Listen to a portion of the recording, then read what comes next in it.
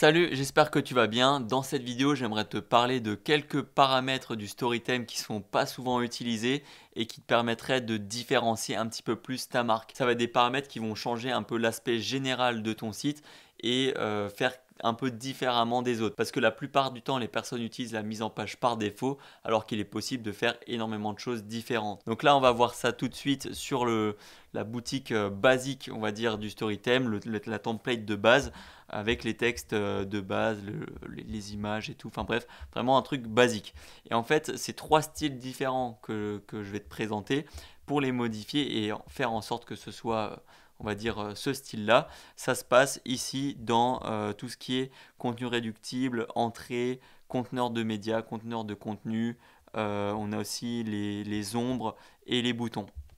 Donc le premier style que je voulais te montrer, c'est le style arrondi. Alors il y a peu de personnes qui l'utilisent, ça c'est plus dans un style de boutique un peu ludique, quand on tourne un peu sous le ton de l'humour, ce genre de choses, on va chercher à avoir des trucs un petit peu plus arrondis. Donc là pour ça, par exemple, si on veut changer l'arrondi du bouton, on va aller du coup dans bouton, dans les paramètres du thème et modifier le rayon pour mettre quelque chose de plus grand. Si maintenant je mets 56 pixels, on aura quelque chose qui ressemble à ça. Et derrière, tu vas pouvoir faire ça sur aussi, par exemple, les images. Là, je vais mettre voilà, 60, on va mettre 60 un petit peu partout pour avoir des images beaucoup plus arrondies. Et on peut faire la même chose avec les entrées. Donc ça va être les barres de recherche, ce genre de choses, avec les conteneurs de contenu. Ça sera plus ça. Donc si maintenant on met ici à 60 à peu près, voilà, 60, ça va jouer ici. Bon là c'est peut-être un petit peu trop, ici on va peut-être mettre à 30 pour garder un style quand même assez arrondi, mais ça peut être vraiment sympa. On a la même chose sur les cartes de produits, cartes de collection, cartes de blog, etc. etc. Donc comme ça, je vais montrer juste sur les boutons par la suite et les images pour que voilà, après tu puisses juste le retranscrire un petit peu partout. Parce que là, on a aussi par exemple les contenus réductibles, c'est un peu le même principe. On va aussi demander de choisir le rayon. Si je l'augmente, ça va être beaucoup plus arrondi. Donc là, ça me paraît aussi pas mal. Donc voilà, on va juste revenir. Donc ça, c'était le premier style, donc le style arrondi. Peu de personnes l'utilisent alors que je trouve que ça peut être vraiment pas mal dans un cadre de boutique un petit peu plus ludique. Donc on va annuler nos changements, je vais même actualiser pour que ça réinitialise un petit peu tout. Et on va cette fois-ci passer au deuxième style, qui est pour moi un style plus quand on veut être un peu plus luxueux, entre guillemets, un petit peu plus professionnel, un petit peu plus élégant, c'est le style carré. Alors du coup, là on va passer sur la même chose. Donc là, cette fois-ci, c'est pas un rayon très grand, c'est un rayon très petit, donc à 0 pixel pour avoir des boutons carrés. Donc là, on peut faire la même chose sur le conteneur du coup de médias pour qu'on puisse visualiser comment ça rend. Donc moi, je trouve que ça a un rendu un petit peu plus, comme dit, élégant, plus luxueux. Et voilà, je vois aussi très peu de gens l'utiliser, quand même un peu plus que le style arrondi. Mais voilà, ça, je pense que ça a du potentiel. Donc ça, c'était pour le deuxième style. C'était quand même plus rapide parce que j'ai pas montré tout le reste. Donc voilà, et on va passer au dernier style qui est pour moi sous-coté, que peu de personnes encore une fois utilisent, c'est l'utilisation des ombres. Donc là, pour ça, on va mettre en place une ombre sur nos boutons. Donc là, c'est vraiment à faire, mais pas sur tout le site, sinon ça va être de trop. Donc généralement, on fait ça sur les boutons et éventuellement sur les images. Donc pareil, je vais faire la même chose ici. Donc là, je retrouve mes boutons. On va mettre un style.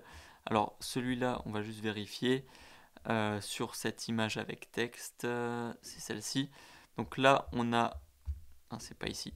C'est là, on a un bouton qui utilise le style 1. Donc on va personnaliser le style 1 du bouton. Donc là, on retourne dans paramètres généraux, dans bouton, et on voit notre style 1. Donc on va modifier l'ombre. Donc l'ombre, actuellement, on utilise le style 3 de l'ombre.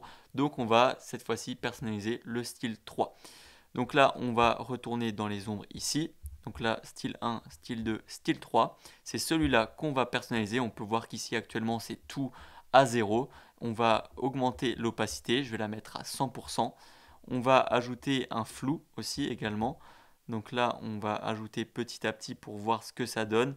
Donc là, on a un flou qui est quand même qui est quand même présent. On va voir si je le mets à 0, mais que je décale un petit peu à l'horizontale l'ombre, voir ce que ça donne.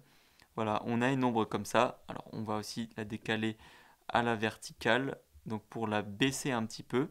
Donc là, on a déjà un truc qui est pas mal. Alors moi, je vais juste baisser encore ça. On va le mettre à 6 pixels, voir ce que ça donne. C'est déjà un peu mieux. En vrai, je vais essayer 4 et 4. Voilà, comme ça.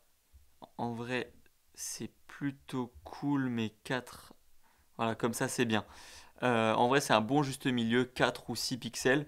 Et à ce moment-là, bah, il y a juste encore une bordure un peu chiante que je vais enlever. Parce que sinon, ça va pas être très beau. Donc là, on retourne dans le style 1 du bouton. Il me semble que c'était ça. On va enlever la bordure. C'est bon. Donc là, on a enlevé, il n'y a pas de bordure, mais il y a une ombre. Et on va retourner cette fois-ci dans les paramètres de l'ombre. Enfin, de l'ombre. Paramètres des ombres plutôt. Voilà, et on a un effet qui est plutôt sympa. Moi, personnellement, j'aime bien. Ça change et il y a très peu de personnes qui l'utilisent. Donc, on pourrait changer la couleur sans problème. On est toujours ici. On pourrait changer la couleur si, par exemple, on a envie de se mettre en rouge. Mais bon, là, je trouve que le plus optimisé, ça reste le noir foncé. Si je change ça, est-ce que ça rend bien ou pas? Non, c'est quand même mieux de le mettre avec une opacité assez prononcée. Et voilà, donc là, c'est pour le bouton. Je trouve que ça va vraiment avec un style carré et pas avec le style rond après à tester. Je vais aussi essayer de faire la même chose pour le conteneur de médias. On va ajouter les ombres de style 3, voir ce que ça donne. Ici, bon là, ça fait peut-être un peu too much, quoique ça passe. Peut-être modifier, avoir une style d'ombre un peu plus...